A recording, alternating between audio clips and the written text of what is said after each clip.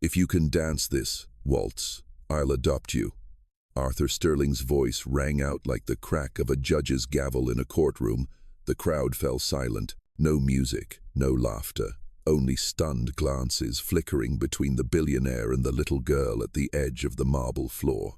A few guests laughed, unsure whether it was a just you. A woman in diamonds whispered, lips twisted into a grin. But Arthur wasn't smiling. He took a slow sip of his scotch and added, "If she stumbles even once, she goes back to the shed. That's where barn mice belong." A hush of discomfort swept the ballroom. Gasps, low murmurs, uneasy shifting of shoulders.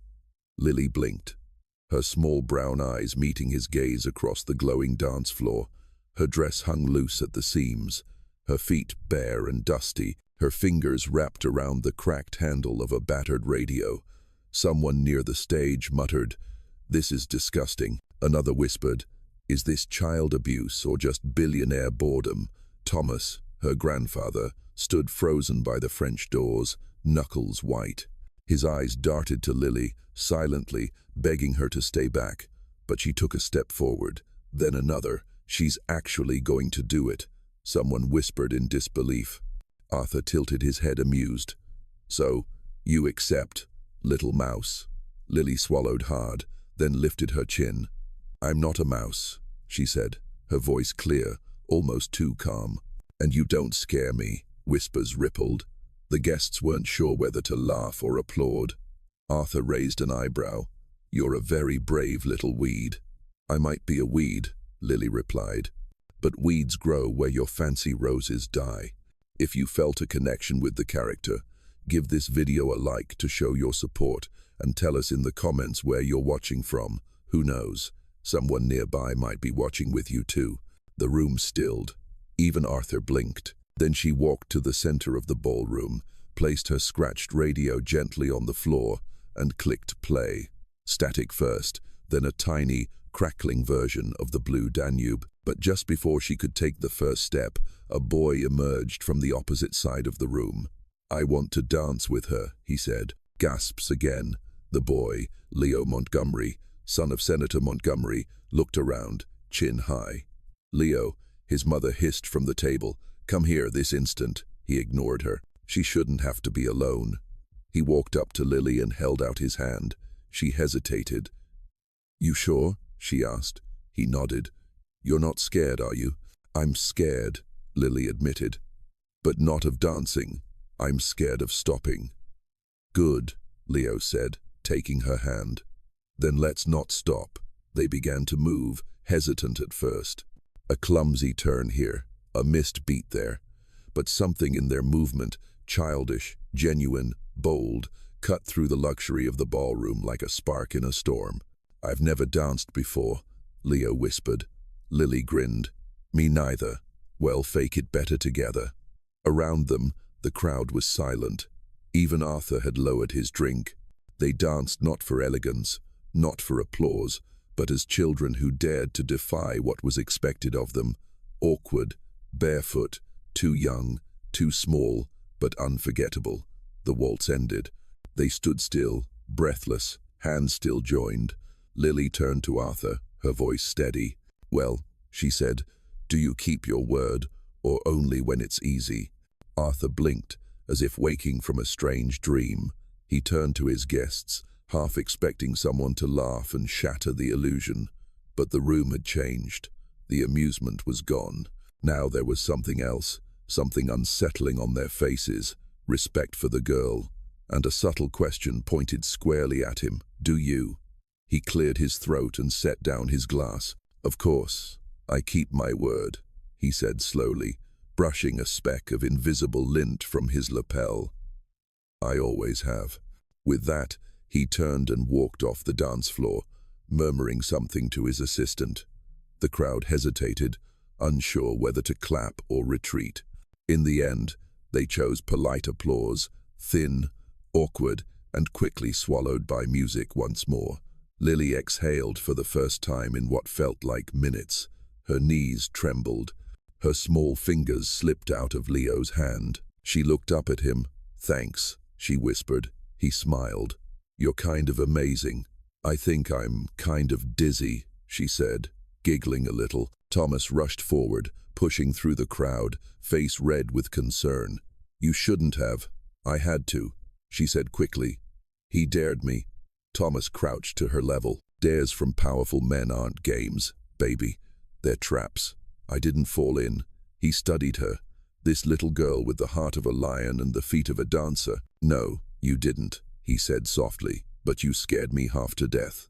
They hugged, and for a moment the world shrank to just the two of them. Then came the voice. "Mr. Sterling would like to see the girl in the study," said a young man in a black suit, expression unreadable. Thomas stood protectively, placing an arm in front of Lily. "For what?" "To discuss terms," the man said. Lily tugged at Thomas's shirt. "I'll go." He looked down at her, torn between fear and pride. "Only if I come too," he said firmly. The assistant gave a small nod. "As you wish." Inside the study, the mood shifted. The warmth and grandeur of the ballroom were replaced with cold mahogany and the faint scent of cigar smoke. Arthur sat behind a massive desk, fingers steepled, eyes sharp. Lily stood before him, back straight, chin up. Thomas stayed close, his callous hand resting lightly on her shoulder. Arthur spoke first. "You made quite an impression tonight." Lily didn't answer. He continued. "You embarrassed me publicly. I don't take well to that of you said if I danced, you'd take care of me." She said. "I did," he admitted, "and I will. I'm a man of my word. But let's be clear, this isn't a fairy tale. I'm not a prince, and this mansion isn't a castle. I don't do bedtime stories." "I don't need stories," Lily replied. "I just need a chance." Arthur studied her, surprised. There was no tremble in her voice, no pleading in her eyes. He turned to Thomas. "I'll cover her schooling. Private, of course.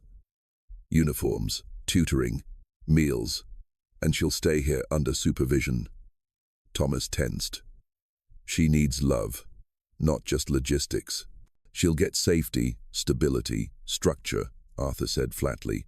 "You'll still work here, you can see her every day, but she'll be under my care." Lily looked between them. She didn't understand all the terms, but she understood one thing. Things were changing. "Can I still have my radio?" she asked. Arthur blinked. "Your what?" "My radio. The one that plays the waltz." He hesitated, then waved his hand. "Fine. And can I visit my mom's grave every Sunday?" Another pause. "That's acceptable. And my grandpa gets dinner with me on Fridays." Now, Arthur actually smiled. It was the faintest twitch of his lips, but it was there. "You're already making demands." "I'm making agreements," she said. Thomas choked back a laugh. Arthur leaned back in his chair, regarding the girl like a puzzle he hadn't realized he'd started solving. "Fine," he said at last. "But if you're going to live under my roof, you'll learn discipline. There will be no pity here." "I don't want pity," Lily said. "Just space to grow." Outside the study, the night resumed with the clinking of glasses and the echo of waltzes. But inside, something far more profound had just taken place. Arthur stood and extended a hand. "Welcome to Sterling Estate." Lily looked at the hand, then took it, not like a child, but like someone signing a silent treaty with a man who had forgotten how to feel. And so it began.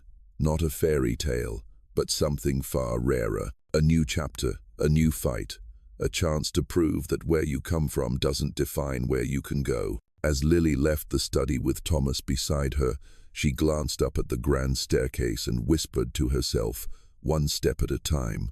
The next morning, Lily woke to a bed as wide as the kitchen she used to share with her grandfather. Silky sheets, polished floorboards, a tall window that spilled warm sunlight onto her face. It didn't feel real. She sat up slowly, eyes darting around the enormous room. Golden frames, high ceilings, velvet curtains. It was all so quiet. There was no humming kettle, no clinking of Thomas's gardening tools outside, no chirping radio static, only silence. And yet, this was her new home. Downstairs, the estate bustled with staff. Maids polished banisters. A chef barked orders in the kitchen. and in the greenhouse, Thomas trimmed vines with a thoughtful frown. His calloused hands moved instinctively, but his mind was elsewhere. At breakfast, Lily was escorted to the dining room by a housekeeper named Helen. The table could seat 20, but only one other chair was occupied by Arthur Sterling, already reading the Wall Street Journal, a black coffee untouched beside him. "Sit," he said without looking up. She was too short for the chair and her toes dangled above the floor. A butler approached and placed a silver plate in front of her. Eggs, bacon, toast cut into perfect triangles. She stared. "Is something wrong?" Arthur asked, folding the paper. "I usually have cereal," she said. He looked at her for a long beat, then nodded to the butler. "Bring cereal tomorrow." She smiled slightly. "Thank you." "Don't thank me yet," he muttered. "You have your first evaluation today." "Of evaluation?" Arthur leaned forward. "This isn't a free ride, Lily. If you want to stay here, live here, you'll be tested. School work, etiquette, focus. I'll expect nothing less than excellence." Lily hesitated, then asked, "Will Leo be there?" Arthur's brows lifted. "The Montgomery boy, why would he be? He helped me. I thought maybe he'd keep helping. Leo is a guest, not a servant. Don't confuse kindness for commitment." Lily didn't reply, but the words sat uncomfortably in her chest. Later that morning, she was led to a bright room filled with books, a chalkboard, and a stern-looking tutor named Miss Thorne. The woman's bun was tight, her posture straighter than a fence post, and her first sentence was, "We start with posture and grammar. Speak like a lady, stand like a lady, and think like one." Lily spent hours reciting, copying, repeating. Her fingers cramped, her head ached, but she didn't complain. Not once. During the lunch break, she snuck outside, found Thomas tending to a row of marigolds. "Are you okay, Pumpkin?" he asked, wiping sweat from his brow. "I think my brain's full," she sighed, dropping beside him on the garden bench. Thomas chuckled. "That means it's growing." "I miss the backyard," she whispered, "and our porch and your burnt toast." He smiled sadly. "Me too." "Do you think he meant it?" she asked. "Meant that he'd keep me here, or is he just waiting for me to mess up?" Thomas didn't answer right away. Then he said, "Arthur Sterling is a man who keeps promises, especially the ones made in public. But whether he keeps them with heart, we'll have to see." That afternoon, Lily returned to the ballroom, the same marble floor where everything had begun. "Miss." Thorne introduced a dance instructor named Mr. Dubois, who bowed dramatically and demanded grace from the moment Lily stepped onto the tiles. "Back straight, elbows up, no up, not out. You're not swatting flies." Lily struggled, slipped once, and caught herself again. He barked. She bit her lip and kept going. The room echoed with piano notes and corrections. Her feet ached, her dress clung with sweat. Then, as the lesson ended and Mr. Dubois turned away, a voice whispered from the doorway. "Your left turns are better," she spun. Leo stood there grinning. "You watched?" she asked. "Couldn't help it. You kind of take over a room." Lily smiled despite herself. "Arthur says, you're just a guest." "I'm a guest with a bike," he said. "Want to sneak a ride later?" She hesitated. "I'm not allowed off the property." "The path's behind the greenhouse. No one will see." A thrill ran through her chest. It felt like rebellion. It felt like freedom. She nodded. That evening, as the sun sank behind the hills, Lily tiptoed past the fountain and met Leo near the garden gate. He had two bikes, one clearly borrowed from staff. They rode without helmets, without rules, just laughter and wind. At the top of a grassy hill, they stopped to rest. "You're not what I expected," Leo said. "What did you expect?" "Someone is scared.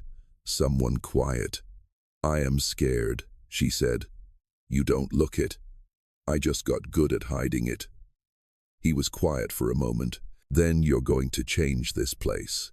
Lily blinked. "What do you mean?" "I don't know, but when you danced, everything shifted. like you cracked something open. She looked at the sky, stars beginning to prick the purple canvas above. "I just danced," she said softly. "Yeah, and everyone saw it." When she returned that night, Helen, the housekeeper, was waiting at the door. "You're not supposed to be out," she scolded gently. Lily's smile faded. "Mr. Sterling noticed." Lily's heart dropped. Helen leaned down and whispered, but he said, "Let her have the hill." And just like that, something changed again. Not the whole house, not Arthur, but something, a sliver of trust, a beginning. The morning after the hill ride, Lily awoke to find a small envelope slipped under her bedroom door.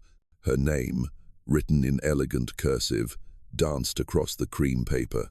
She sat up, heart quickening, and opened it with trembling fingers. "Miss Lily, you will be dining with Mr. for Sterling at precisely 700 p.m. this evening. Proper attire required. You may select a dress from the guest wardrobe. Helen." Lily reread the note twice. A dinner with him. Her stomach fluttered, not with excitement but something heavier, a knot of questions. She remembered his sharp gaze, his carefully measured words. Even his kindness felt conditional, calculated. Still, by evening, she stood in front of the long mirror inside the guest wardrobe chamber.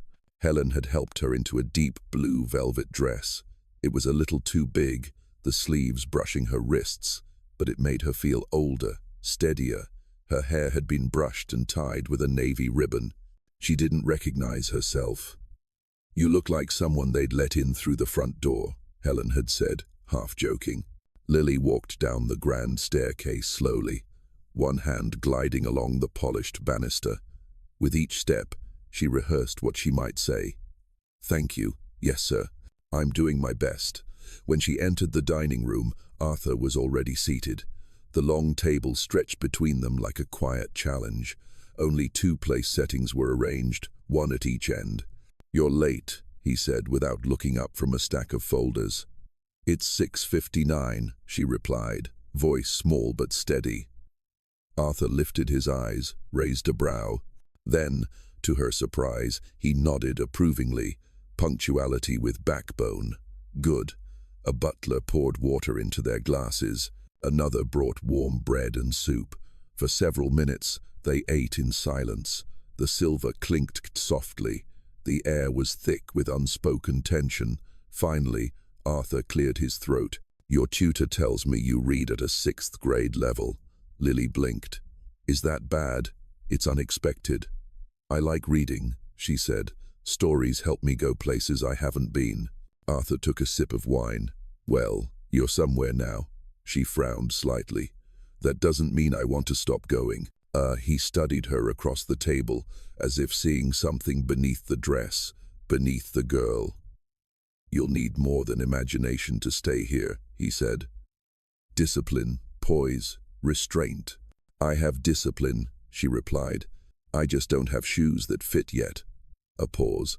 Then, to her astonishment, Arthur let out a soft chuckle. It was brief and tightly contained, but it was real. "Helen will arrange a fitting," he said.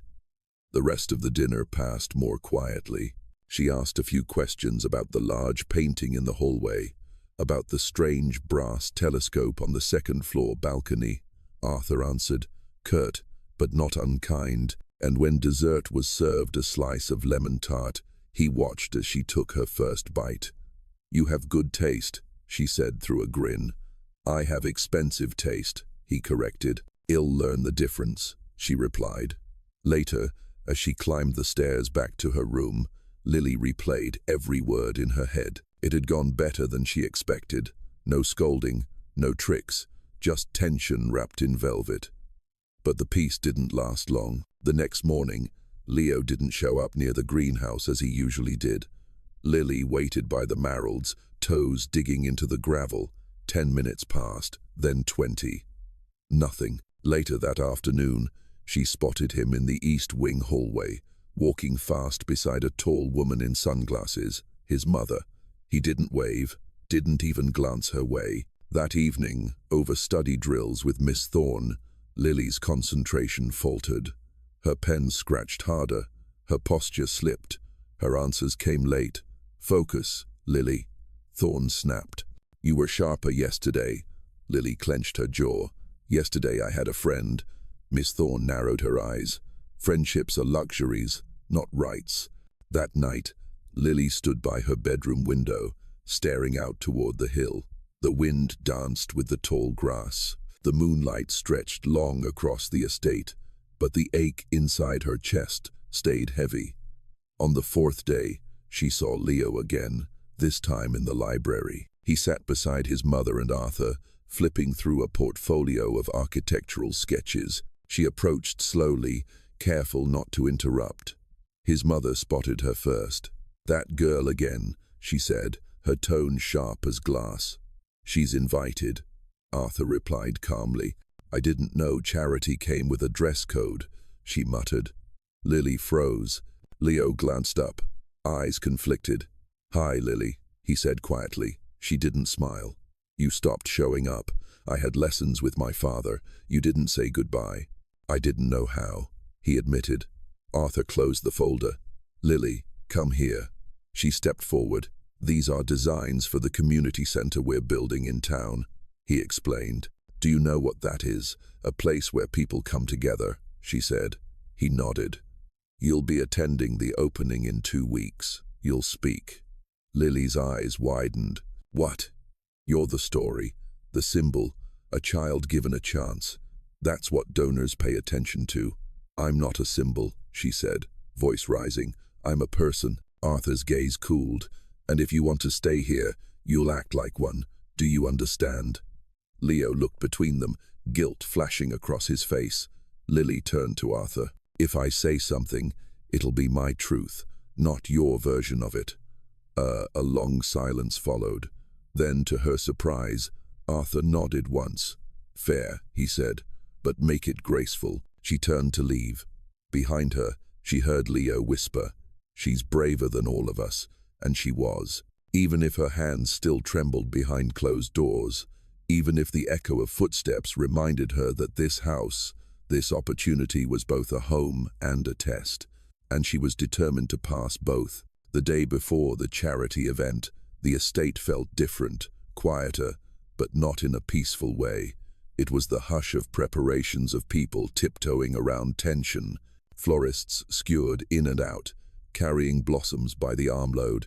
Chefs shouted instructions in the kitchen. Security men moved through the halls like shadows. Lily watched it all from the second-floor landing, arms folded tightly. She had barely seen Arthur since the library confrontation. He was busy, everyone said. Meetings, donors, calls. She hadn't seen Leo either. Helen said he'd returned to the city for a few days. Lily wondered if he'd come back in time to hear her speak, if she spoke that afternoon while waiting for her tutoring session. Lily wandered the West Wing, a part of the estate she had rarely been in. The hallway was darker, quieter. Portraits of ancestors lined the walls, all with the same cold eyes and thin lips. The carpet muffled her footsteps, then she saw it. A door, unlike the others, painted white, but chipped along the edges. No gold nameplate, no polish, just a single brass doorknob drawn by instinct. Lily reached for it. It creaked open into a room filled with dust and silence. Furniture covered in sheets, a faint scent of lavender, long faded, and on the far wall, a large framed photo of a young girl in a ballerina dress. Midspin, caught in the blur of motion, her smile was bright, alive. She looked about Lily's age. Her name was Evelyn. Lily spun around. Arthur stood in the doorway, his eyes unreadable. "Who was she?" Lily asked softly. "My daughter." The air seemed to shift. Even the dust held its breath. "She died when she was 7, he continued. "Car crash. My wife." "She didn't make it either." Lily swallowed, suddenly aware of the weight in his voice. "I wasn't home that night," Arthur said. "I was in Tokyo closing a deal. I missed her last recital. I watched the recording on a flight back. 6 hours too late." Lily turned to the photo again. "She looks happy." "She was," he said, "until the world reminded us it doesn't care how much money you have." A silence stretched between them. Then Arthur stepped inside, pulled a cloth off an old music box on a nearby shelf. He wound it gently. A soft melody began to play, delicate and mournful. She danced to this, he said, over and over, said it made her feel like flying. Lily watched the little ballerina twirl on top of the box. She was chipped at the base, but still spun gracefully. "Why did you bring me here?" Lily asked. Arthur met her eyes. "Because tomorrow, when you stand in front of those people, I need you to understand something. You're not just a symbol, you're a memory in motion. You're reminding me what I forgot." Lily stepped closer to the music box. "And what's that?" "That sometimes grace isn't about perfection. It's about showing up when you don't have to." She thought about her mother's funeral, about dancing on marble in a torn dress, about Leo's quiet courage and Thomas's tired hands. "I'll tell them the truth," Lily said, "about where I come from and what I want to become." Arthur nodded. "Then they'll listen." The next morning, Lily stood behind the velvet curtain backstage at the community center, dressed in a pale yellow dress Helen had chosen. Her hands were clammy, her stomach twisted. She could hear the crowd gathering. Murmurs, laughter, the clink of champagne glasses. Thomas appeared behind her, placing a hand on her shoulder. "You don't have to be anyone but you." "I'm scared," she whispered. "That's how you know it matters." Then Leo appeared at her side, hair combed, wearing a dark blazer. He handed her something, a folded piece of paper. "What's this?" "A poem," he said, "for after your speech, just in case you want to end strong." She smiled, eyes shining. "You came back." "I promised," he said, "even if I didn't say goodbye, right?" Arthur's voice boomed from the stage. "And now, a voice that proves talent has no address and courage has no pedigree, Miss Lily Vance." She stepped forward into the light. Ouch fell. She stared at the sea of faces, elegant, expectant, indifferent, and then she spoke. "My name is Lily," she began. "I don't come from wealth. I don't come from perfect circumstances. But I come from love, from my grandfather's garden, from the radio that played waltzes in the dark, from a mother who taught me that being small doesn't mean being weak." She took a breath. "I live now in a big house with long hallways and rules I'm still learning. But I don't belong to that house. I belong to something bigger. The belief that anyone, no matter how broken or barefoot, can dance their way into a better life." Scattered applause. Then rising, she glanced at Leo, pulled the folded paper from her pocket, and read the final lines. "If you see a child dancing alone, don't look away. She might be rehearsing for the moment her world changes. She might be showing you what grace looks like when it's earned, not inherited." Thunderous applause. Some even stood from the front row. Arthur didn't smile, but he placed his hand over his chest and nodded. Just once, and that was enough. 3 days after the community center event, Lily's speech was already making its rounds across social media. Someone had recorded its shaky vertical footage with imperfect audio, but none of that mattered. The words had landed in church groups, local schools, book clubs, and even small-town newspapers. People were talking about the barefoot girl who stood in front of a room full of billionaires and made them listen. But with attention came the shadows. Lily noticed at first, during lunch with Helen, a pair of guests, unfamiliar and overdressed, whispered too loudly behind linen napkins. "That's the girl, right? The charity case. She's other-rabbly, like a pet project. She speaks well. Must have had training. No way a gardener's granddaughter talks like that." Lily poked at her salad. Appetite gone. Helen gave her hand a gentle squeeze under the table. "Smile and stand taller," she whispered. "It's the best way to unsettle people like that." That afternoon, Leo brought a magazine into the library. On the cover was a photo of Arthur standing beside Lily at the event. The headline read, "Sterling's New Legacy, a Businessman's Unlikely Heir." Lily stared at it. "Heir? What does that mean?" Leo hesitated. "It means they think you're his new project, or worse. his replacement. "But I'm not," she said. "I'm just me sometimes," Leo said gently. "Being just you is exactly what makes people nervous." Later that evening, Arthur summoned Lily to the study. He didn't greet her when she arrived, just motioned to the leather chair across from his desk. His tone was businesslike. "You'll be attending a private brunch this Sunday with the mayor's wife and the president of the Women's Arts Council." Lily blinked. "But it's Sunday. I go to the cemetery with Thomas on Sundays." "They've requested you personally," Arthur said, not looking up. "It's important." "But Lily," he said sharply, "this is part of the responsibility. You wanted to grow. Growth comes with trade-offs." She clenched her fists in her lap. "My mom's grave isn't a trade-off." Arthur stared at her. There was a long silence. Then he sighed. "You'll go to the cemetery Saturday. I'll arrange the car." She nodded stiffly. "Thank you." But as she left the room, something felt fractured. The warmth she had begun to feel here, small and cautious, cooled again. She remembered what Thomas had said. Dares from powerful men aren't games, they're traps. The trap was comfort, and now it was tightening. On Saturday morning, Thomas took her to the cemetery. The trees swayed quietly. The gravestone, modest and clean, sat under a maple tree. Lily knelt beside it, brushing leaves from the stone. "I miss you," she whispered, "but I think you'd be proud." Thomas stood nearby, hands in his coat pockets. "She would be," he said. Lily looked up. "Do you ever think I made the wrong choice?" He shook his head slowly. "Number. But I think Arthur is starting to forget why he made his eye." They returned to the estate by early afternoon. The air was unusually still, too still.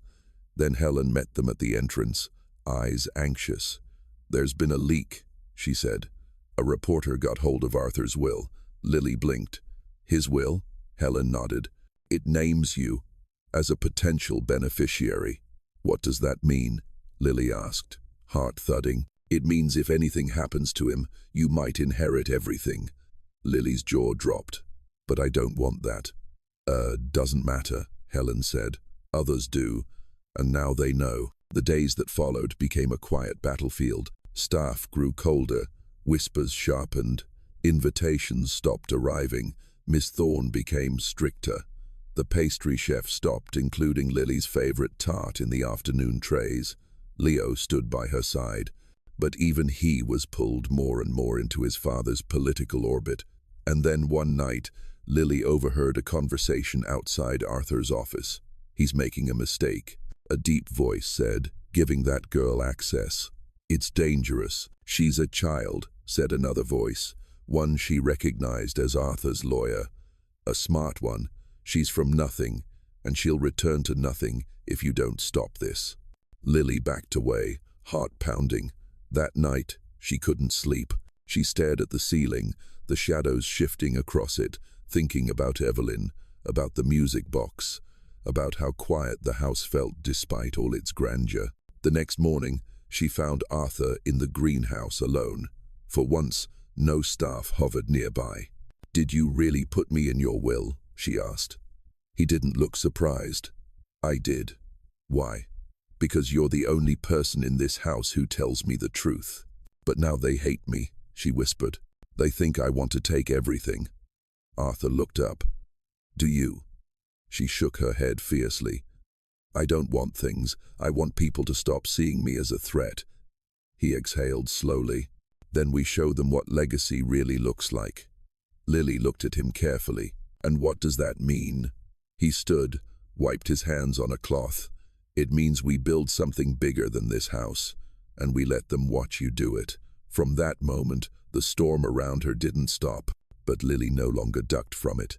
She walked through it, and soon others would have no choice but to follow. By the following week, Lily could feel it in the walls. The house whispered now, not with voices exactly, but with looks, glances, doors that closed when she walked by. Her place at the table felt smaller. Conversations paused when she entered a room.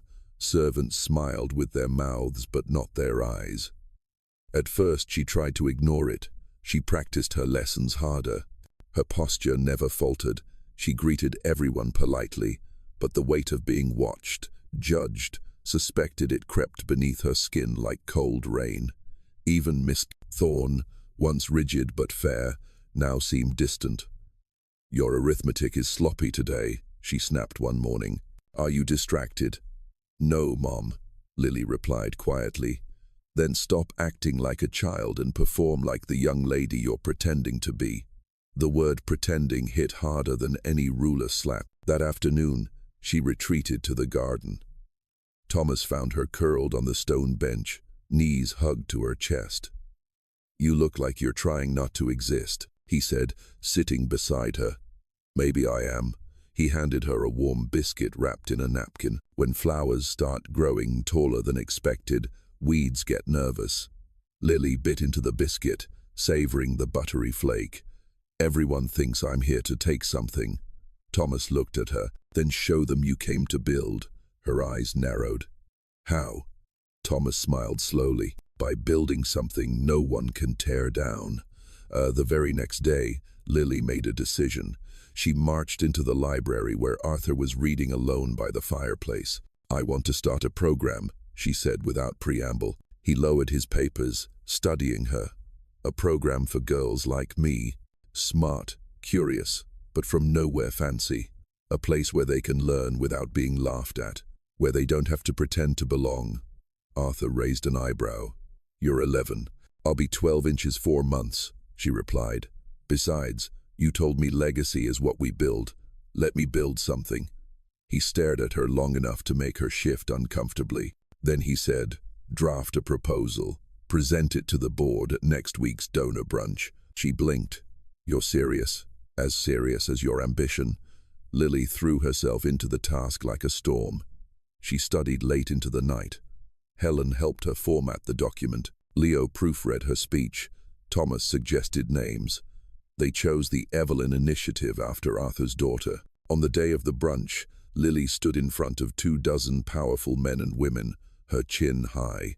Her voice didn't tremble this time.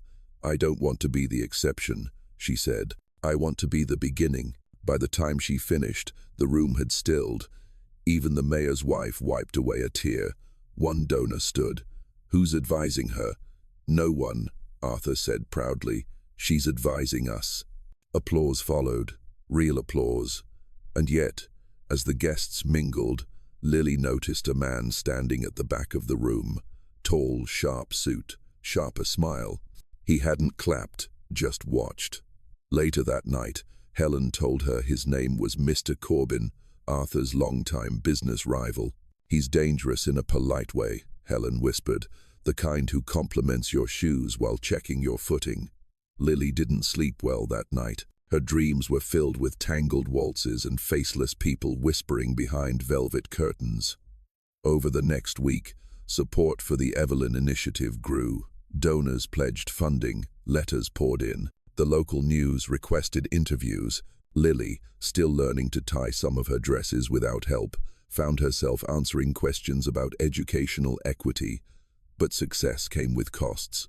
Some staff became colder still. Miss Thorne asked to be reassigned. Rumors surfaced that Arthur was being manipulated, taken advantage of. Leo grew quieter. His father had started pulling him from the estate for longer periods. One evening, Lily sat alone in the music room. The light outside faded into indigo. The piano, untouched for years, sat waiting. She pressed a key gently. "Middle C," a voice said from the doorway. Arthur stepped inside. "Thank you," Lawsoned, eyes tired. "You look like you've been thinking too loud," he said. "I don't know if I belong here anymore," Lily admitted. Now that people are noticing, he walked over, sat beside her on the bench. "Belonging isn't about being accepted. It's about refusing to leave just because it's hard." She looked up. "Is that how you built all this?" He chuckled. "I built it because I hated being told no." Lily played another note. "I think I'm starting to understand that." He placed a hand on her shoulder. "You've done more in 2 months than most adults do in years. But power doesn't just invite admiration, it invites envy. And envy never whispers, it poisons." Lily turned to him. "Then how do I stop it?" "You don't," he said. You outlive it. Outside, the wind pressed against the windows. Inside, a girl and a man sat side by side in the dimming light, not as owner and guest, not as legacy and beneficiary, but as two people who knew what it meant to dance in silence and still be heard.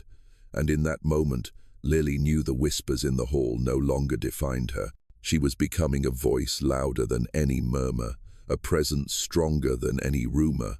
The house would have to adjust, because she wasn't leaving. One crisp morning, as golden sunlight poured over the estate's eastern gardens, Lily found the greenhouse door wide open, unusual for that hour. She stepped inside, expecting to find Thomas tending to the herbs or rearranging the flower beds, but the space was empty. That's when she saw it. Rows of tomato vines toppled, pots shattered on the floor. The irrigation system, carefully rigged over weeks, now torn loose. The orchid Samuel's pride wilted as if someone had turned the heat up overnight and left them to burn. Lily stood frozen, her chest tightened. Who would do this? She ran back toward the main house, skirts flying, shoes clapping against stone. Thomas was in the kitchen, talking quietly with Helen. "Grandpa," she cried, "the greenhouse has been ruined." They ran back together. When Thomas saw the destruction, his breath caught in his throat. "It was fine last night," he muttered, kneeling beside a broken pot. Helen scanned the damage. This wasn't an accident. Within an hour, Arthur arrived, flanked by 2 estate security officers. He studied the wreckage with a grim face, then turned to Lily. "Did you see anyone near the greenhouse this morning?" She shook her head. "It was open when I got there, that's all." Thomas stood slowly, brushing soil from his knees. Whoever did this knew exactly what to target. "These orchids aren't easy to kill unless you know how." Arthur nodded to the guards. "Pull the security footage." Lily looked up. "Do you think this has something to do with the initiative?" Arthur didn't answer immediately. Instead, he stared out toward the hedgine, deep in thought. That afternoon, tension wrapped itself tighter around the estate. Servants whispered louder. Some of the kitchen staff refused to make eye contact with Lily. Miss Thorne, who had only recently returned, stood with her arms crossed during Lily's grammar lesson, saying little beyond sharp corrections. In the evening, Leo returned from the city. He found Lily in the library, rearranging books on a shelf just to stay moving. "I heard about the greenhouse," he said. "Someone destroyed it," she replied. "They ruined everything Thomas planted." Leo looked around before lowering his voice. "My father says the donors are nervous. Some of them think you're becoming too visible." Lily turned to him. "Too visible? I'm a kid trying to help other kids." "Politics doesn't care about innocence," Leo said quietly. "It only cares about control." Lily stared at the bookshelf. "I thought helping people was supposed to be the safe choice." Leo shook his head. "Helping people is never safe when power's involved." Later that night, Lily sat in the music room again. The piano keys beneath her fingers felt colder than usual. She played a few notes, hesitant, melancholy.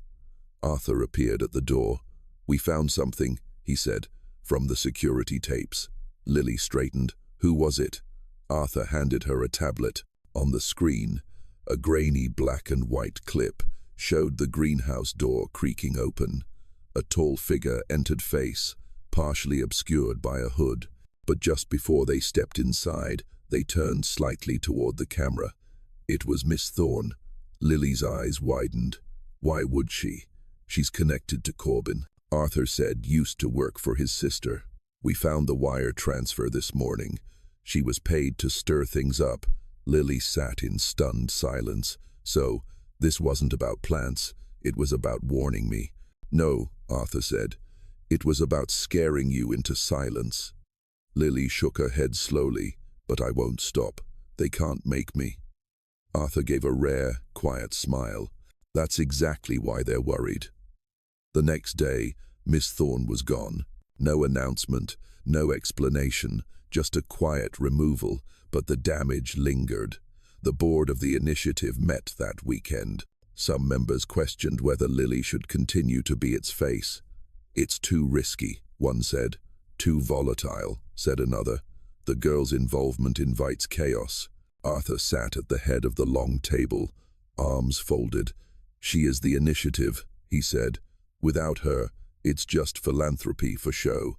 Still, compromise had to be made. Arthur proposed a co-chair, an adult with experience. To ease concerns and manage the logistics, Lily would remain the public voice, but decisions would go through the board. Lily agreed reluctantly. If it keeps the doors open, she told Helen, then it's worth it. But something had changed. That night, she found Thomas sitting in the garden, replanting what he could. Dirt lined his hands, sweat glistened on his brow. Why do they hate me? She asked. They don't hate you, he said. They fear what you represent. And what's that? That the future might not need them. She sat beside him, watching his fingers press seeds into the soil. You're not here to fight fire with fire, Lily, he said. You're here to plant something that outlives the flames. She thought of Evelyn's music box, of Arthur's rare smiles, of Leo's quiet loyalty. Then she nodded. I'll plant louder, because if her presence made them nervous, her persistence would terrify them. And maybe, just maybe, change would finally bloom where the old world once stood. Autumn settled in with a chill that curled into the corners of Sterling Estate. The trees wore coats of amber and rust, and every gust of wind sounded like the whisper of secrets long buried. The Evelyn Initiative had officially launched its pilot after-school program at a community center in Brookhaven, an hour outside the city. Lily had insisted on visiting in person. The trip changed her. She met girls who reminded her of her old self, brightened but dimmed by circumstance. She listened to stories of absent fathers, overcrowded classrooms, hunger. She taught them how to use a library card, how to write in cursive, how to tell a story that could hold the room. And when she returned to the estate, she wasn't the same girl who had left. But the house had changed, too. The whispers had gone quiet, replaced by something colder, distance, the kind that didn't come from doors closed or stairs exchanged, but from silence that felt permanent, like a polite freeze. It came to a head one evening over dinner. The long table stretched between them, Arthur at one end, Lily at the other. The chairs in between sat empty. Helen had called in sick. Leo hadn't returned from his weekend away. Thomas was eating in the servants' wing. Per tradition, Lily moved peas around her plate, appetite fading. Arthur cleared his throat. You met with the school director yesterday? Yes, she said. They want to offer 2 more classrooms if we can supply supplies. I'll handle the donation, he replied, cutting his steak quietly. The board's getting uneasy again. Lily set her fork down. Why do they get to be uneasy when they're not the ones walking through moldy classrooms? Arthur looked up. Because they fund the moldy classrooms. She held his gaze. And I'm trying to replace them with better ones. There was a pause. Then he said, Sometimes your fire burns too hot, Lily. It scares people.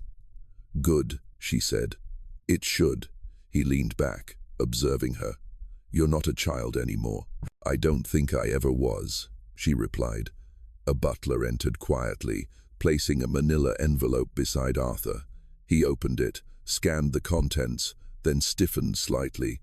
What is it? Lily asked. He folded the paper and placed it down. There's going to be an audit. Someone filed a complaint. Lily's heart quickened. About the initiative, about how the estate's funds are being used. They're implying impropriety. Her stomach churned. Do they think I'm stealing? They don't need to believe it, Arthur said. They only need others to wonder. She stood. So, I'm a liability again. He didn't answer. Instead, he reached into his jacket and placed something on the table between them. A silver key. What's this? She asked. The East Tower, the archive room. Lily stared at it. The room had always been locked. Arthur kept everything there. Contracts, photos, letters. A map of his entire empire. You want me to find something? She asked. He nodded. I want you to understand what came before you and what comes next. That night, She crept into the tower alone. The room was colder than the rest of the estate. The walls lined with shelves and drawers, files sorted by year, binders labeled with initials. There were pictures of Evelyn, letters from Arthur's late wife, newspaper clippings from the 82nd, when Sterling Enterprises first went public. Hours passed. She sat cross-legged on the floor, flipping through history. Then she found it, a file labeled Eastbrook Project, confidential. Inside were photographs of a housing development project Arthur had funded in his early years, images of families displaced, lawsuits, a court summary with Arthur's name in bold as a defendant. It ended with a sealed settlement. She stared at it for a long time. When she returned to the dining room the next morning, Arthur was sipping his coffee. "I found the file," she said quietly. "I assumed you would. You ruined lives," she said, "to build what's around us now." He didn't flinch. "Yes, and now you're trying to undo it with me." "Yes." She sat across from him. "Why?" "Because Evelyn died believing I was a good man," he said. "And I want you to become the woman she would have followed." Lily looked away. Her voice wavered. "You can't fix the past with a speech or a scholarship." "No," he said, "but I can give you the power to write something better." She stood, pushing her chair in. "Then let me write it my way." He gave a single nod. Before she walked out, he called after her. "Lily." She paused. "Just remember," he said, "legacy isn't just what we leave behind. It's who's willing to carry it forward." She didn't answer, but that night in her room, she wrote her first op-ed. "We inherit both pain and power, and I plan to use the second to heal the first." It would publish the next morning in 3 local newspapers. The world was watching now, and Lily had only just begun to speak. The morning paper arrived at Lily's door just as dawn painted the sky in pastel strokes. Helen knocked gently and handed her a stack of broadsheets local newspapers from Brookhaven, Eastwood, and Mendon. The headline blazed across each front page. "Gardener's granddaughter speaks truth. Aries with a mission." Lily stared at the words, heart both buoyed and burdened. Below the headline was her opused framed by a candid photograph, her in a simple dress, microphone in hand, eyes steady with purpose. She took a deep breath and began to read. "I inherit both pain and power, and I plan to use the second to heal the first." Fingers trembling, she read line by line about displacement, legacy, responsibility, about building instead of paving over. It was her heart laid bare across the pages. At breakfast, Arthur sat across from her, newspaper folded, coffee untouched. Lily placed her edition in front of him. He looked up slowly, eyes meeting hers. "You wrote that," he said simply. "I did," she replied, voice clear. He nodded. "So you meant it." The room was heavy with affirmation. She offered him a faint smile. Across town, the reaction was instantaneous. Letters poured in, some praising, others questioning, a few accusing, but more than voices of approval or doubt, the letters contained stories. A woman who never spoke in public, now inspired to speak to her child. A teacher who printed Lily's piece for her class. A young girl who doodled a flower and taped it to Lily's picture at school. At the estate, the kitchen buzzed with hushed discussion. One staff member whispered to another, "She's not just a guest anymore, she's changing things." Another added, "I saw a donor wiping tears." Leo appeared that afternoon carrying a folded newspaper edition, his eyes bright. "You're trending," he said, voice full of wonder. "Twitter, Instagram, even your school's hashtag lit up." Lily pressed a hand to her chest. The noise, digital echoes of her words felt unreal, but not everyone was celebrating. A mounting crowd at the boardroom doors demanded integrity. Investors questioned Arthur's judgment, an opus used by a child. "That's risky," they said. "Where's the oversight?" Arthur walked into the meeting without Lily deliberately. "I'll say this once," he told them firmly. "She's not a liability, she's the future." It was all he said. Board members exchanged uncomfortable looks, but no one challenged him again. That evening, Lily found herself alone in the music room, where the piano waited like a silent confessor. She pressed a key, letting the echo hang. Thomas arrived quietly with 2 mugs of decaf cocoa. He handed one to her. "You did it," he said softly. "I told truth," she said. He nodded, eyes misting. That's how change starts. They drank in silence until Arthur appeared in the doorway.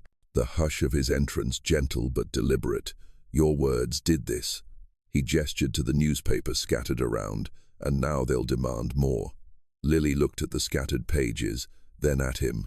"Ambition doesn't end with a speech," he continued. "It grows when people pay attention.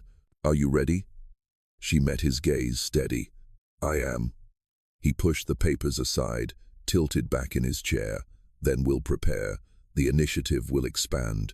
More centers, more programs, and I'll introduce you as the founder."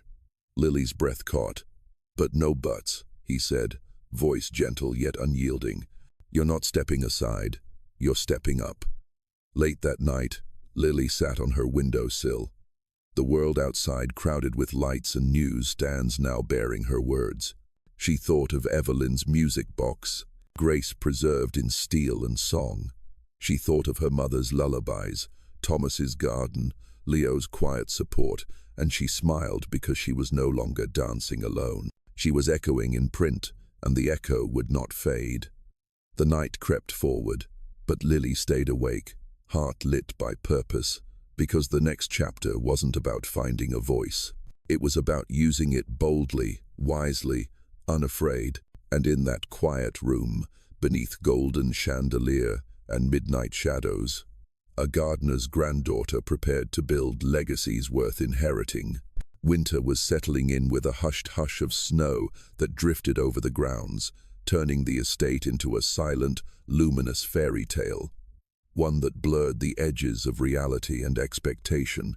Inside, however, tension crackled like frozen branches, ready to snap. Lily stared out the window of the drawing room, watching the first flakes fall. She'd spent the morning at the Brookhaven Center, witnessing children giggle between bookshelves. She helped stock and advising teachers overwhelmed by budget cuts. She traveled back feeling both triumphant and off-kilter, honest purpose in motion, colliding with the ever-tightening grip of elite scrutiny. When she returned, the house felt different. She passed through the grand hallway and sensed eyes flicker behind painted portraits. Quiet loungers whispered. Staffers who once smiled now offered curt nods. Even the scent of cinnamon in the air felt more orchestrated than warm. She entered the study. Arthur sat in his tall chair, his face unreadable except for slight tension in his jaw. "Lily, come in," he said softly. She closed the door and sat on the leather chair across from him, the curt silence stretching between them. "I got a call," he began. Placing a polished envelope in front of her, she lifted the lid, pulled out a letterhead embossed with the name Corbin and Associates, Incorporated. The contents read, "We are withdrawing support from the Evelyn Initiative, effective immediately." Lily's heart pinched. Corbin, Arthur's business nemesis, had rallied enough influence to sway major donors to pull out. It was strategy at its coldest. Remove the funding, isolate the movement, and silence the voice. She looked up sharply. "They're just scared I'll change something." "Dadu," Arthur sighed, uncharacteristically unsettled. "It's bigger than that. They don't want me vulnerable. They don't want us vulnerable. So, they revert to fear as currency." Lily swallowed. "We need a plan B," he nodded. "I've already redirected some funds, but it's not enough. We need more backers, local governments, private grants, maybe even national media." Lily stood, invigorated by the challenge. "I'll write another OPU. I'll meet with sources. I'll ask Leo's mother to talk to her social circle. You said legacy is built. Let's build." Arthur let out a breath that sounded like both relief and resignation. "You're unbreakable." That evening, Lily put pen to paper again. She wrote about displacement, resilience, and the quiet bravery of communities that refuse to disappear. She spoke of funding not as charity, but as investment in potential. As she wrote the final line, she signed it Lily Vance, founder, Evelyn Initiative. At dinner, the house staff hesitated to meet her gaze. She served herself quietly, trying not to feel the chill. Helen sat across from her, frowning at her plate. "They're asking questions," Helen whispered. "The withdrawal has staff talking. Some are muttering about the risk of being associated with a charity that isn't secure." Lily nodded. "I'll change the narrative." Thomas entered, planting a gentle hand on her back. "We'll do it quietly, steadily," he said in her ear. "Just like planting seeds in frozen soil." Lily squeezed his hand. Over the next week, Lily's opus appeared in regional and national columns, weaving into editorials discussing educational equity. A leading news outlet offered an interview, a visual platform that could reach thousands. She practiced responses late into the night, rehearsing her truth. Then came the breakthrough. A local business consortium pledged primary sponsorship. A public school district offered space if the initiative could deliver materials and staff. Donations trickled back not from billionaires, but from teachers, parents, struggling entrepreneurs who believed in Lily's voice.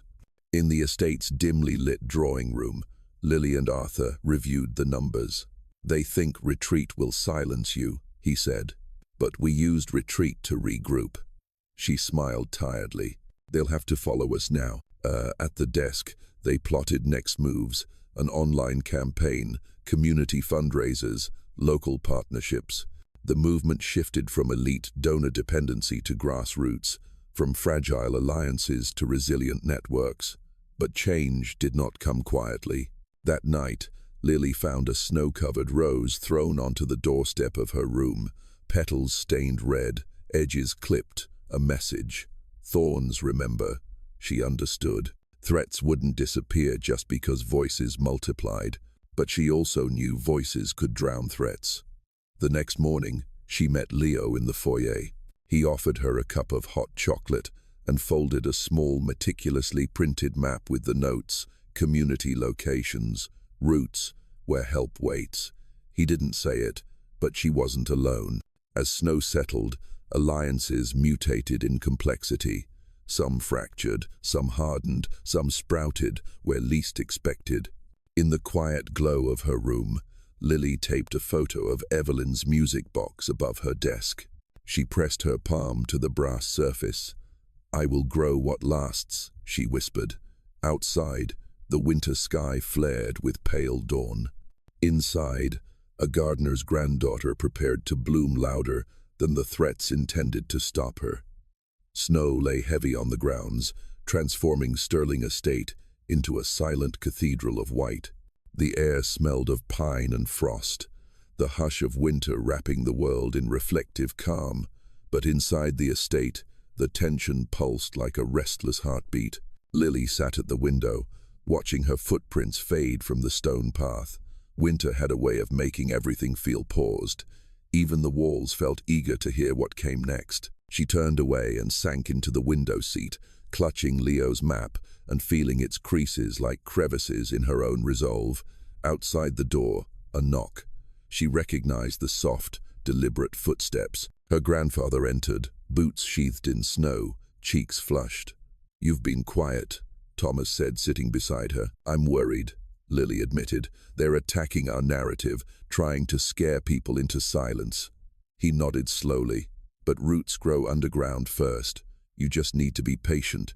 "Roots in winter," she mused. "Hardest roots of all," he smiled. "The strongest."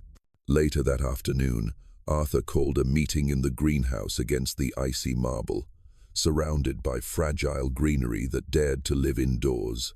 Lily, Thomas, Helen, and a handful of trusted staff members gathered. The air was warm with heaters, fragrant with damp earth and hope. Arthur began. "The board is still split. The initiative's future depends on restructuring. We need guidance, public involvement, and partnership," Lily straightened. "We already have people engaged, not because they love me, but because they believe in the cause." A woman stepped forward. Miss Albright, a former school principal, now board advisor. "There are 3 things we can do," she said. create a scholarship fund, launch mentorship networks, and open a public showcase. Invite the community in. Lily met her eyes. Then let's build all three. Arthur nodded carefully. We have the space now. We have the plan. Let's move. By the weekend, the greenhouse was alive. Seedlings sprouting, volunteers prepping donation bags, tables set with programs titled Evelyn Initiative, rooted in community. Lily surveyed the activity. Teachers, parents, kids, staff, all working quietly, purposefully. It felt like a heartbeat that refused to slow under pressure.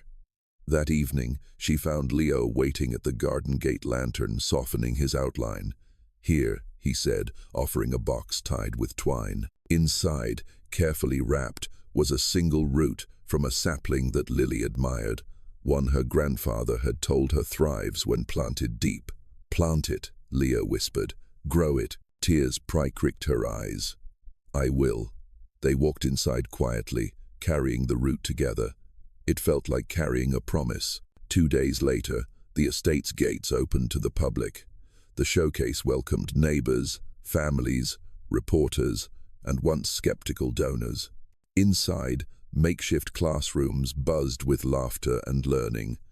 Artworks by students lined the halls. A bulletin board displayed letters handwritten to Lily from children, saying what learning meant to them. She guided visitors through the greenhouse turned community library, pointing at each book, each shelf, each hopeful note. Volunteers served cocoa from a cart. Frosted windows let in golden light. At the center stands the young tree sapling planted earlier with Leo and Thomas, its roots wrapped in care and earth. Lily placed her hand on the small trunk, feeling its fragile warmth. A donor from the city approached, shaking his head in wonder. "I thought this would be a PR task," he said. "But it's real." Lily looked at him. "Real change doesn't follow press releases." She paused. "It starts when we stop pretending and start acting." Later, Arthur joined her near the sapling, his breath misted between them. "You did it," he said quietly. Lily nodded. "We did it." He looked out at the crowd. Tea teachers smiling, kids skipping, volunteers speaking with kindness. "And you're not done," he said. "Winter is still here. That root will grow, but not without care." "Oh, I know," she replied, "and I'll keep tending." He reached into his pocket and pulled out a folded ribbon, the same navy, one in her hair during her first dinner. He held it out. Lily lifted her fingers to accept it.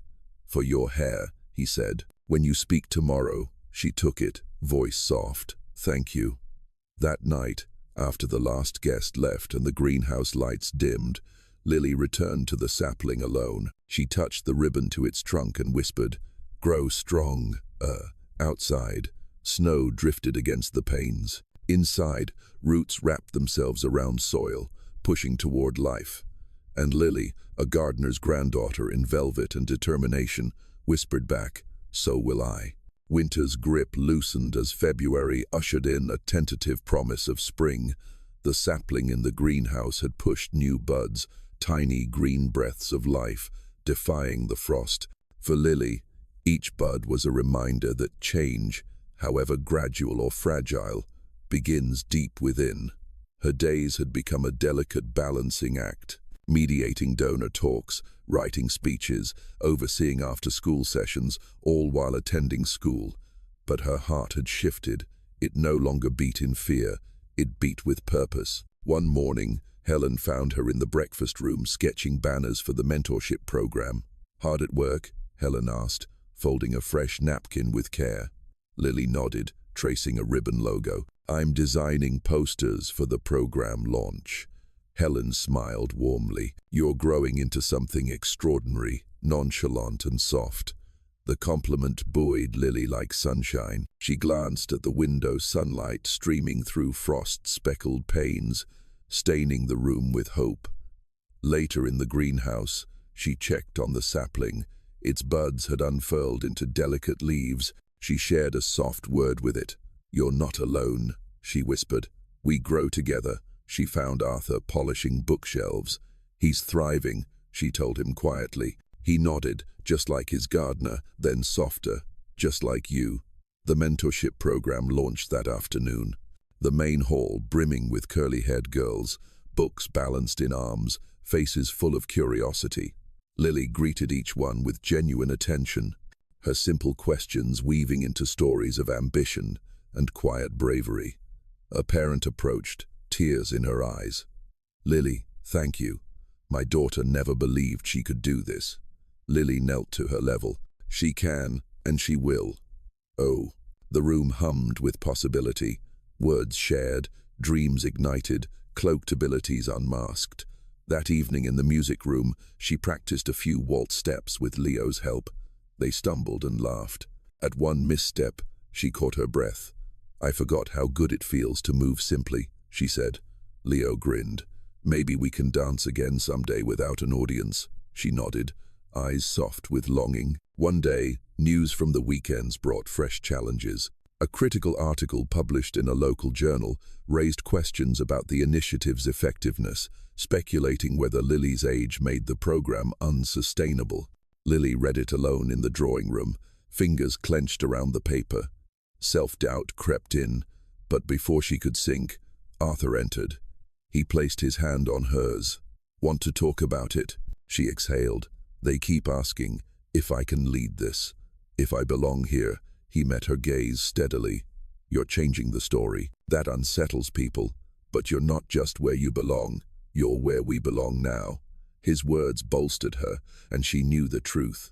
Leadership wasn't perfection, it was persistence.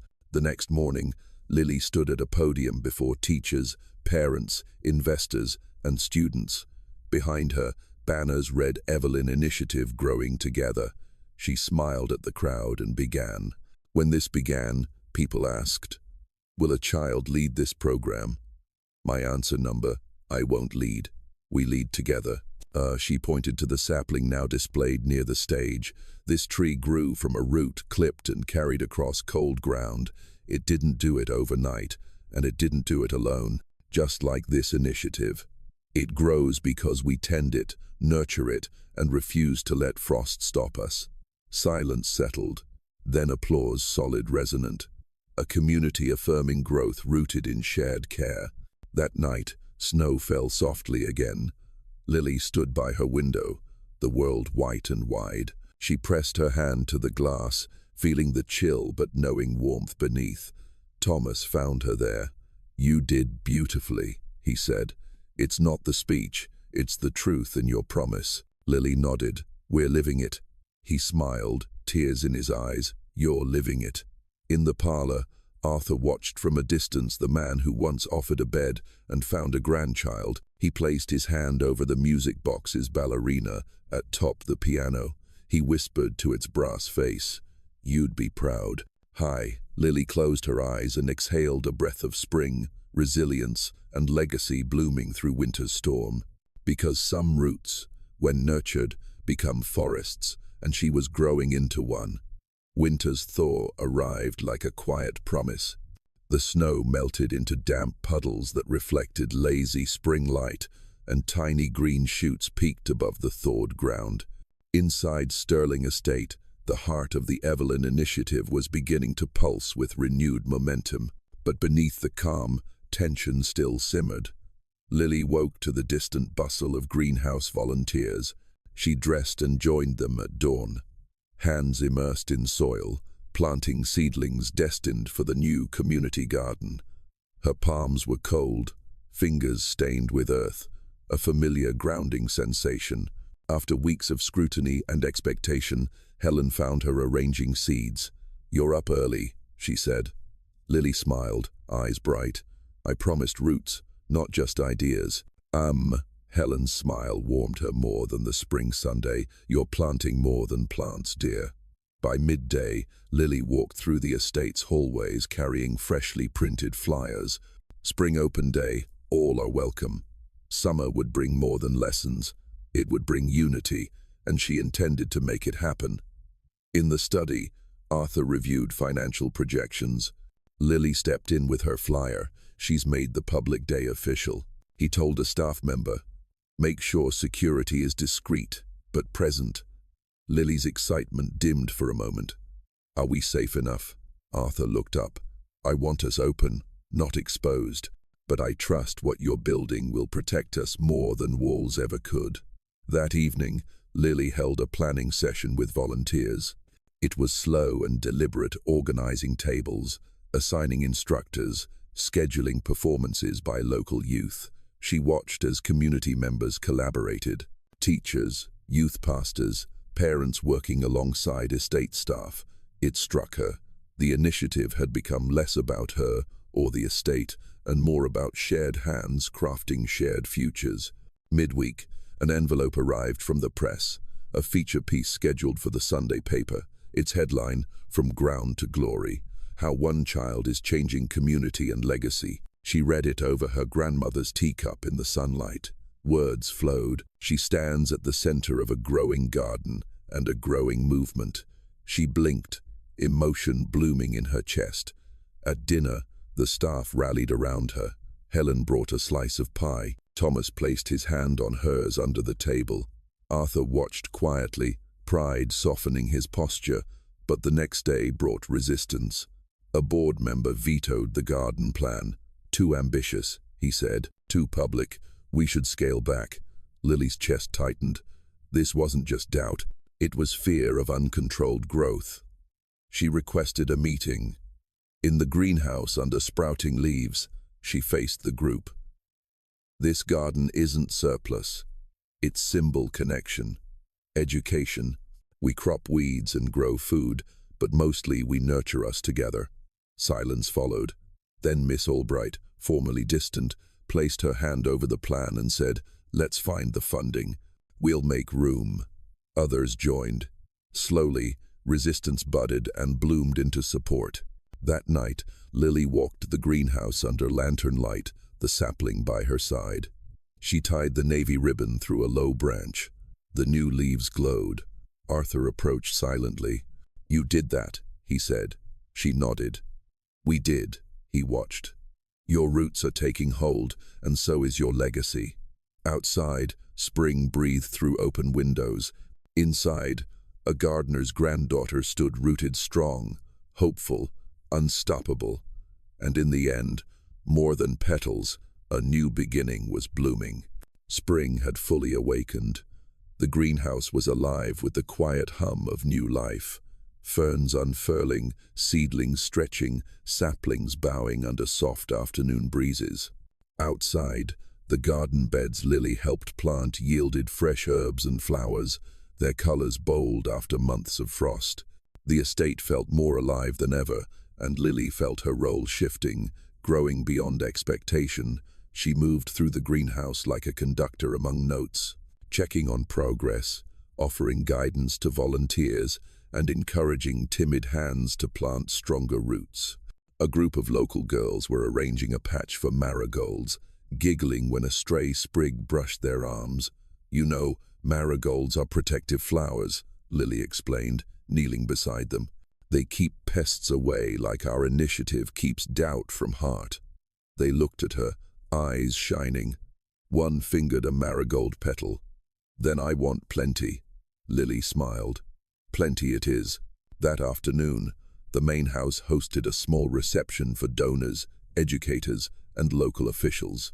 The hall was filled with laughter and purpose, banners of growing together, reflecting golden chandelier lights.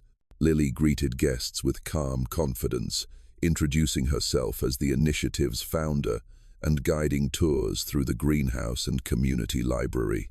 A woman approached with interest. "Your garden, it's beautiful, but how do you sustain it? It beyond this season." Lily paused. She thought of soil, water, time, by making it part of us. She replied, "We'll hold classes on urban gardening. Well, invite volunteers weekly. Well, keep this place alive because we belong to it." The woman nodded, thoughtful. That's commitment. Inside the drawing room, donors murmured praise and quietly moved to pledge. The halls were warmer tonight, not just from spring, but from renewed faith in purpose. After the reception, Lily exhaled in the music room. The piano stood near the window, moonlight pooling on its keys. Thomas found her there, carrying 2 cups of tea. "You asked if this garden would last," he said, handing her a cup. "What do you feel now?" She sipped and thought. "Safe," she said finally, "and like it's only just beginning." He smiled and she looked down at the sapling now almost as tall as her waist, its leaves a vibrant testament to her vision. Weeks later, news arrived that the Evelyn Initiative had secured continued support. Grants from regional foundations, local business collaborations, and partnerships with schools made the garden and programs sustainable for years. At the greenhouse, a plaque was installed among the plants, a Lease Initiative garden where roots grown roots. Lily stood barefoot in the soil beside the plaque, Thomas at her side. Leo, holding her hand, helped read it aloud. "You've built something beyond this house," he said after clearing his throat. She looked up, eyes misty. "Beyond what they said a girl could do." He smiled softly. "Let's see how far roots can reach." That evening, Lily climbed the staircase to the tower archive and placed the small root cutting she'd carried earlier on the desk where the archives began. It sat among letters, photographs, contracts, history made new. She tapped it gently. "We grow, Mayu." Below, Arthur watched from the music room, seeing her figure framed by torch light and history, hope in motion. The world outside the estate had changed, too. New stories celebrated educational empowerment and community unity. Messages trickled in from across the state. Teachers, parents, children inspired by her honesty, her clarity, her grace born from ground-up courage. In her room, Lily tucked under the ribbon she'd received that night, crossing off another day of dreams, planted qualities blossoming. She thought of Evelyn's memory, of Thomas's gardens, of Leo's quiet strength, and she whispered, "I'll make you proud." Spring had come, but what was growing beyond floors and walls, beyond scars and silence, was something far more enduring. A movement rooted in truth, tended with love, and blooming toward tomorrow. That night, Lily slept, hearing only her dreams, and they were filled with endless green. Spring settled firmly, and with it came the promise of new growth. The greenhouse and garden were vibrant, with fresh life green leaves unfurling, soil softened, roots deepening. What had once been delicate buds now swayed confidently in the gentle morning breeze, evidence of what patient nurturing could achieve. Lily moved among the plants, inhaling the scent of damp earth and possibility. In her hands, she held a stack of pamphlets for the initiative's next phase, a traveling mobile classroom that would bring lessons from Sterling Estate to surrounding communities.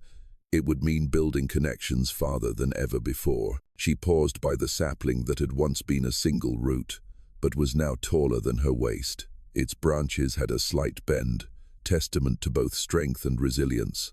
She placed a hand on the smooth stem. "We're ready," she whispered.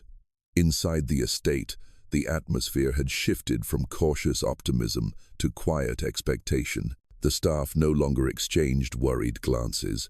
Instead, they greeted her with warm smiles and helping hands. Helen handed her a cup of tea with fresh mint from the greenhouse. "You've done something breathtaking, Lily," Helen said softly. Lily smiled, brushing damp strands from her face.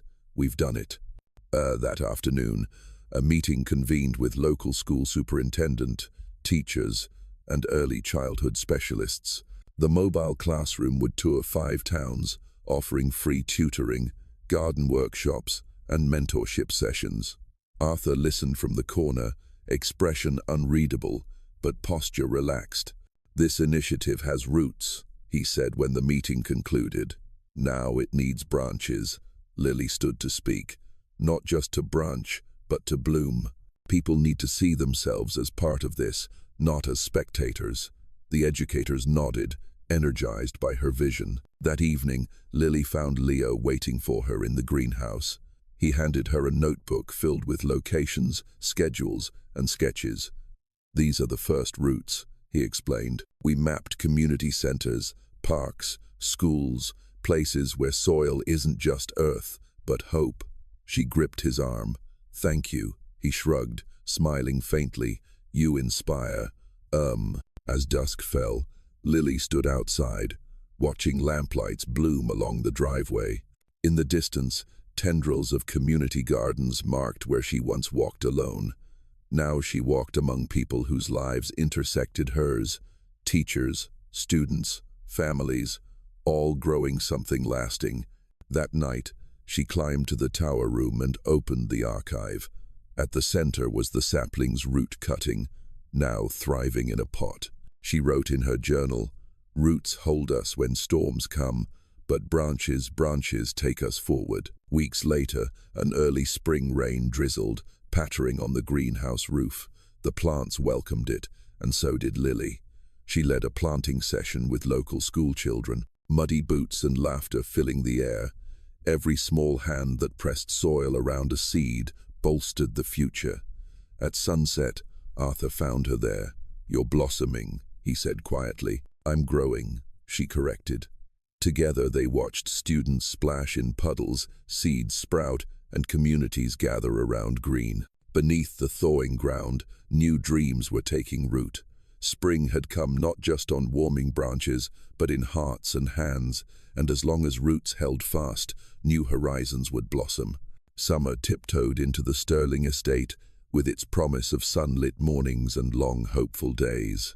The greenhouse thrived, the garden bloomed, and the mobile classroom brimming with books and seedlings rolled out to distant towns. Yet amid this vibrant life, tension pulsed beneath the surface, as if the earth itself held its breath before the rain. It began with a letter, arriving in morning mist. "The Miss Laurens, it has come to our attention that the Evelyn Initiative is performing outside regulatory approval. Environmental and educational authorities may require assessment. Expect an audit." Lily held the letter, inked in official gravitas, her hands trembling. Helen placed a reassuring hand on her shoulder. "We've prepared for everything," Helen whispered. But Lily felt a hollow ache. Was the threat legal or deliberate? A test of her resolve. That evening, the house glowed with lamplight, but Lily felt the walls press closer. She found Arthur in the study, reviewing financial spreadsheets by lamplight. "They're coming," she said, placing the letter before him. He scanned it, face stoic. "An audit is not unexpected. We will show them our transparency and our heart." Lily nodded. "I just hope they see more than paperwork." Arthur closed the folder. "They will." Weeks passed with the quiet intensity of midsummer.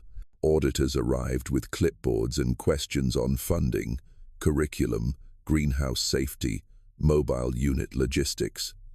They combed through records, inspected classrooms, interviewed volunteers.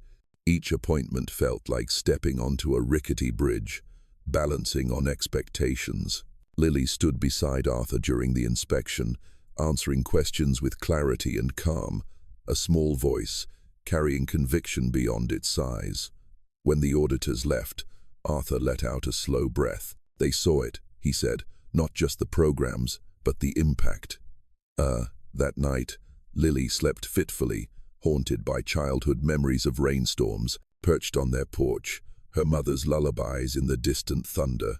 Morning came soft and golden. She found herself outside where the garden glistened with dew, the sapling reaching taller than she was before. She placed her hand on its trunk. "We made it," she whispered. Inside, the long-standing resistance had softened into cautious support. New teachers volunteered for the mobile classroom. Local journalists began telling stories of student success and gratitude. Donations resumed, not in grand sums, but steady, patient investments from families and small businesses. Leo returned one afternoon, holding a small workshop schedule he designed for local parks. "They asked for more outreach," he said. "This is our summer plan." Lily looked at him, pride blooming in her chest. "Roots, branches, then reach." He grinned. "Exactly." That evening, a summer storm rolled in thunder, low and rolling, rain drumming on the greenhouse roof.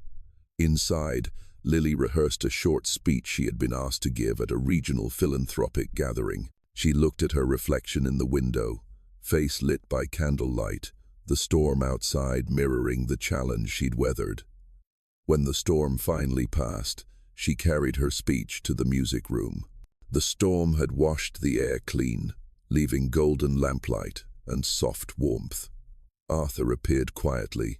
"You ready?" he asked. "I am," she said, "because storms remind us what's solid." He tucked a hand into hers. "Then speak the truth you've lived." At the gathering, Lily stood before a room of dignitaries, educators, philanthropists. She opened with conviction. "We are not here merely to give, we are here to grow, because every child deserves roots, and every community a chance to reach." Her speech wove stories of students finding voices, families planting gardens, teachers rediscovering hope. She stood firm, not as a girl leading an initiative, but as the gardener's granddaughter holding the future in quiet hands. When she finished, the room erupted in applause, standing, unwavering, affirming. Afterward, a board member whispered, "I underestimated you." Lily smiled softly.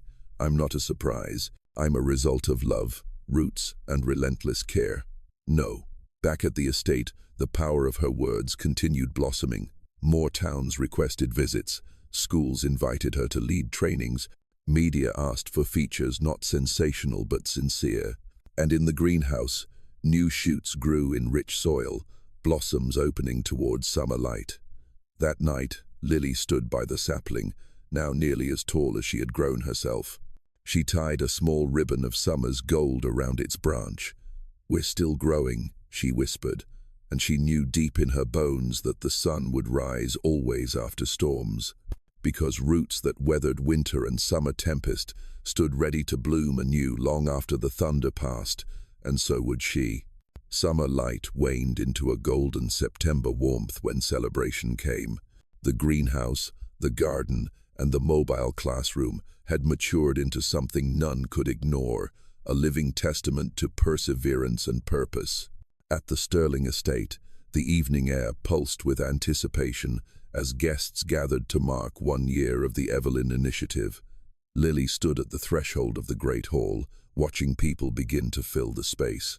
Teachers, students, parents, community leaders, and even former skeptics slowly arrived. Her heart thudded not with fear, but something stronger, pride. This was not the end. It was the beginning of something irreversible. Helen approached discreetly. "You're glowing," she said, though gently as if complimenting a flower ready to unveil itself. Lily nodded, brushing dust from her dress. "Feels like home." In the center of the hall, the sapling had been brought in and placed in a large pot draped in ribboned lights. Its branches were full, leaves shone with life, and roots had grown deep. It stood not as an ornament, but as a symbol. Arthur stood by the sapling, watching the guests. He caught Lily's eye for a moment and offered the smallest, proudest smile. The ceremony began. First came speeches from local teachers praising the initiative's impact. Then parents spoke softly about how their children's eyes had changed, how the world suddenly felt full of possibility. When it was Lily's turn, she stepped onto the small stage beside the sapling. Her voice rang calm and clear. "1 year ago, this was just a root in a cup," she began, gesturing to the tree. "This initiative began with a waltz, an unlikely promise, and a little girl who chose to dance anyway." She paused, scanning the faces in the crowd, young and old, hopeful and curious. But roots only mean something when they reach deep enough to break the surface. We weren't planted for survival alone. We were planted for growth. She spoke of summer workshops, mobile classrooms reaching hundreds of children, mentorships kindled, confidence reclaimed. Her words carried weight, not technique, but truth grounded in lived experience. When she finished, the room fell into silence. Then applause rose like a gentle wave, growing to leave no doubt. The seeds had taken. A reporter from a regional newspaper cleared his throat before making his way to her. "You've created more than programs," he said. "You've created trust." She smiled. "That's what legacy is." As the evening faded into starlit calm, Lily slipped into the greenhouse. Guests still milled outside, but here was silence, the gentle hum of plants and lights, creating a soft cocoon. Thomas and Leo joined her quietly. She placed a hand on the sapling's trunk. "We did it, didn't we?" she whispered. Thomas nodded. "You did it. I just helped tend." Leo looked at her with admiration. "You are planting hope." She turned, eyes warm. "And I hope I never forget whose hope it is or why I needed it." Arthur entered then, his expression soft with recognition of what had been built, not just programs, but promises kept. He knelt beside the sapling and placed his hand above hers on the trunk. "This was all you," he said. Lily excelled quietly. "No, not me alone," he nodded. "Number." They stood in silence. A gardener, a granddaughter, a friend standing among leaves that once were only dreams. Later that night, Lily sat in her room, the ribbon from the sapling now pinned above her desk, alongside the framed opud that started it all. She opened her journal and wrote, "Roots hold us, branches reach, but legacy grows when others take the seeds and make their own." She looked out at the estate glowing under moonlight. The garden, the greenhouse, the homes beyond, the schools reached by the mobile classroom. Sleep beckoned confidently now. She closed her journal, heart quiet. In the morning, the sapling would stand too, its roots, branches, and legacy fully in bloom.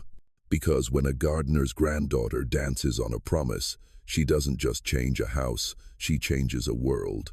The story of Lily teaches us that true transformation begins with belief. Belief in one's worth, in the power of community, and in the promise of nurturing what others overlook. Through resilience, compassion, and unwavering courage, Lily turned rejection into opportunity and planted hope where there was once doubt. Her journey reminds us that justice doesn't always shout. It often grows quietly, deeply, and unshakably like roots beneath the soil.